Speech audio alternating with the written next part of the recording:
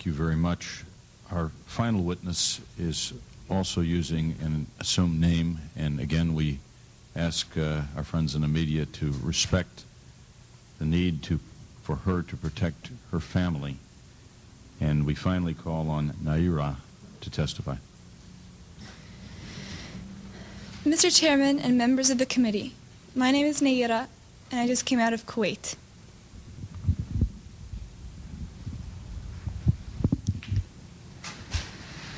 My mother and I were in Kuwait on August 2nd for a peaceful summer holiday.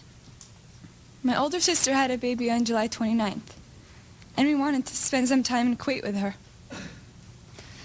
I only pray that none of my 10th grade classmates had a summer vacation like I did. I may have wished sometime that I could be an adult, that I could grow up quickly. What I saw happen to the children of Kuwait and to my country has changed my life forever. It has changed the life of all Kuwaitis, young and old. We are children no more. My sister, with my 5-day-old nephew, traveled across the desert to safety. There was no milk available for the baby in Kuwait.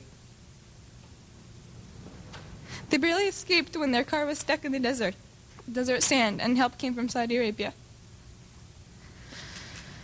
I stayed behind and wanted to do something for my country.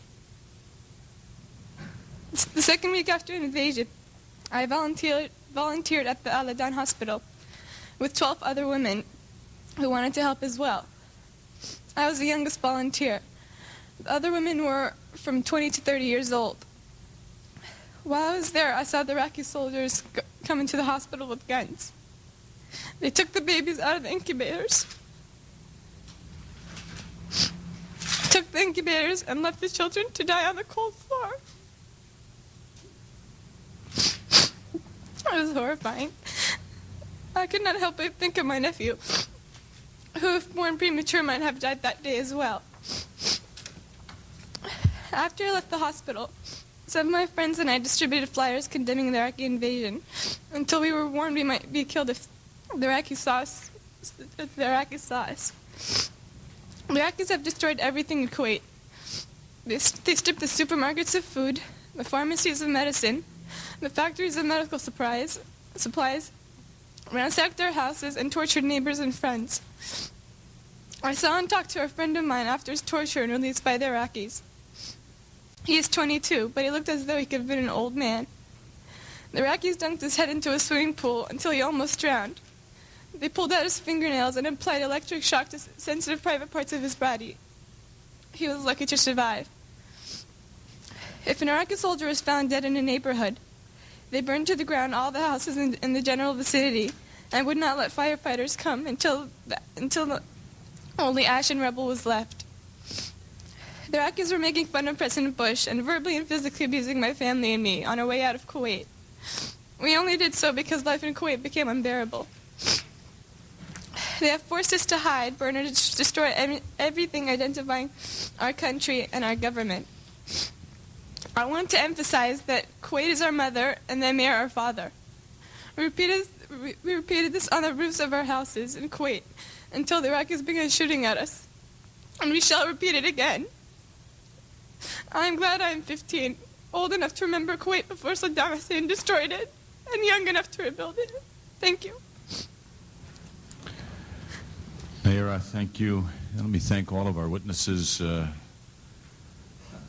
We've passed 8 years in the existence of the Congressional Human Rights Caucus. We've had scores of hearings about human rights abuses throughout the world. And I know my co-chairman, Tom Lantos, will join me in telling you that we have never heard, in all this time, in all circumstances, a record of inhumanity and brutality and sadism as the ones that the witnesses have given us today. I don't know how the people of the civilized countries of this world can fail to do everything within their power to remove this scourge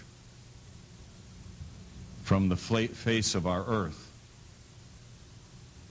and the witnesses, by providing to us eyewitness accounts and reports detailing the conduct of the Iraqi soldiers under the command of Saddam Hussein, have done a great service to their country and to ours and to all countries of the world, who must join together